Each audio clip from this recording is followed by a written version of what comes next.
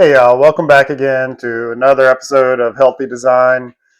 We'll get back on track today, talk some more about the different genetic SNPs. So today we'll talk about MAOA. And so what it does, it helps to process or break down dopamine, norepinephrine, and serotonin. Sorry, I've got Storm in my lap, but you guys can't see her. If you see me keep looking down, I got my notes too, but some of the strengths for this, well, first off, with MAOA, it's kind of like COMT. It can be dirty where it's faster than normal or where it's slower than normal. So the strengths for the slow MAOA, you'll be energetic, more productive, self-confident, but that's as long as stress levels are low. If stress levels are up, that may all change everything, and we'll talk a little bit more about that in a minute. For the fast MAOA, you'll have the increased ability to calm down after stress. So you can see how both of those things can be helpful. If you get stressed out and being able to come back down a lot quicker and get back to normal, well, that's kind of a good thing. So just because we have one of these SNPs doesn't mean it's a bad thing.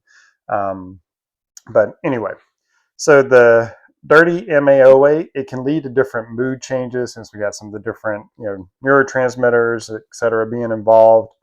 And so again, it helps to break down dopamine and norepinephrine. And during this process, we actually have hydrogen peroxide that's produced. And the structure for hydrogen peroxide is H2O2. And so then what we need is glutathione to help kind of deal with that hydrogen peroxide. And so glutathione, again, is the master antioxidant for the body. So it's going to, it's needed whenever there's stress, oxidative stress, different things like that going on. So if you got free radicals, it's going to be there. And what it does is it turns that hydrogen peroxide into water. And so helps to kind of explain why you see when people get stressed that their hair turns gray. How do you dye your hair? Well, hydrogen peroxide. And so if you're stressed, then that glutathione is being used in these other areas, and it's not able to convert that hydrogen peroxide into H2O. And so then it can lead to graying of hair and things like that. So that's just kind of a little aside, but thought you guys might think it was important. The other problem with that too, if we do have kind of more stress going on, things aren't going down that right pathway, it can lead to memory issues, irritability, and then that can eventually create some neurological disorders as well. And so that's why we want to be real careful with this. We've got some different pathways here. And so like one of the key nutrients for MAOA is tryptophan. Most people are familiar with it. They think that's what makes them sleepy, eating turkey at Thanksgiving. It's probably more just all the food. And there could be some interactions there. But so we've got a tryptophan pathway, and we need tryptophan to help produce serotonin. So it'll go like from tryptophan to 5-HTP to serotonin to melatonin, which helps us to go to sleep. So again, we need that. That's a good thing. There's another pathway that tryptophan will go down as well. And if we are in a more stressed state, it's going to tend to go down this other pathway a lot more. The other pathway is not bad. We need it too, but it's the kynurenine pathway.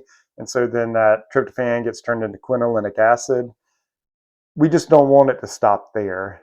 That is a neurotoxic substance in our body. Now, our body will kind of convert that into NAD+, which is needed for cellular metabolism, energy. So mitochondrial health is very useful for a lot of different things involved in a lot of different chemical reactions that are occurring while our body's producing energy, producing ATP.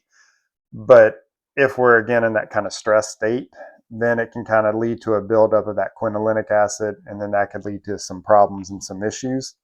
So we just don't want it to stay there, but it's not like we don't want anything going down that pathway either, because we need NAD+ for a lot of things. So we just want things in the right amount, kind of the Goldilocks principles, not too much, not too little, just right.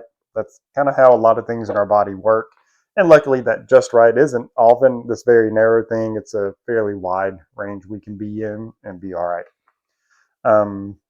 One other thing, so kind of talking again about the Thanksgiving dinner. I guess this is kind of good timing since we are in November now.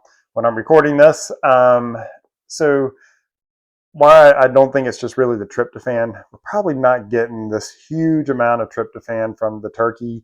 We're getting more than we would in some other foods, that's for sure. But who eats just turkey? They're eating the potatoes and the pies and everything else too. And so what happens there is the carbohydrates actually help to get tryptophan through the blood-brain barrier up into the brain, which then can help increase the serotonin production there in the brain. So again, I think it's kind of that combination of everything. And I mean, how many times have you just eaten like a really carb-heavy breakfast and then been sleepy afterwards?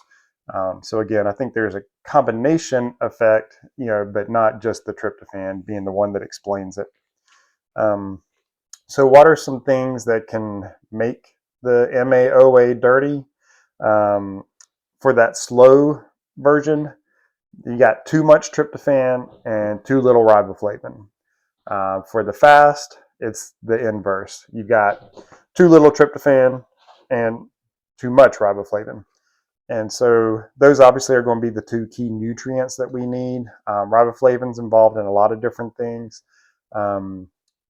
So to kind of manage some of this well, what we want to do is make sure we're eating the right amount of proteins. That way we're getting the amino acids we in. In this case, we're specifically getting in enough tryptophan.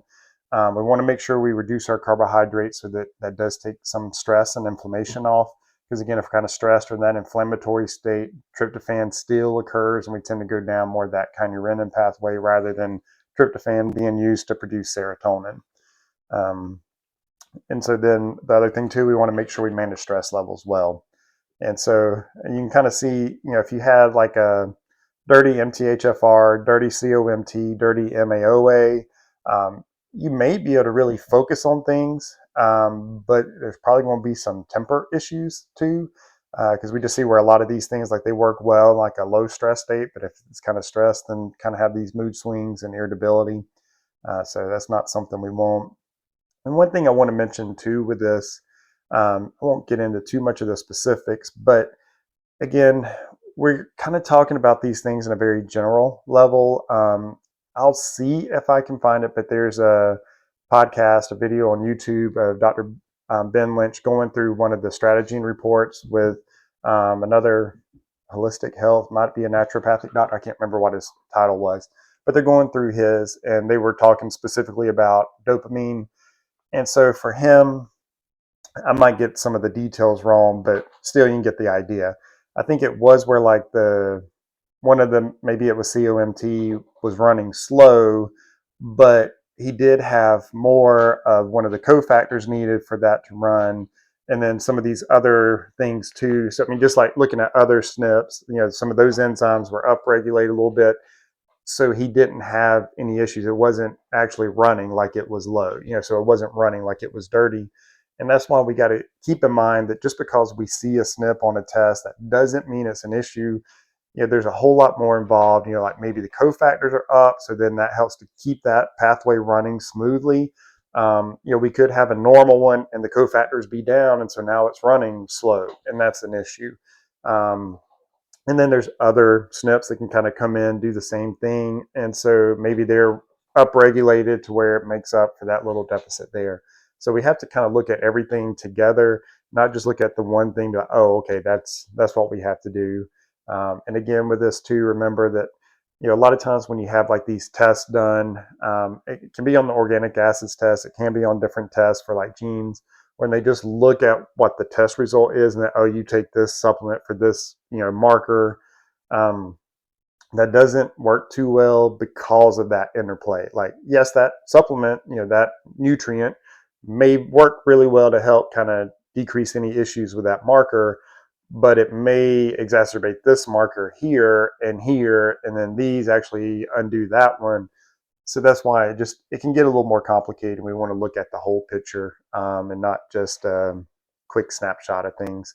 I mean, even with blood work, we need to keep in mind that is just a snapshot in time. It can give us a lot of good information, but it's not necessarily giving us the whole picture. We got to put all the pieces together. But well, that's it for MAOA.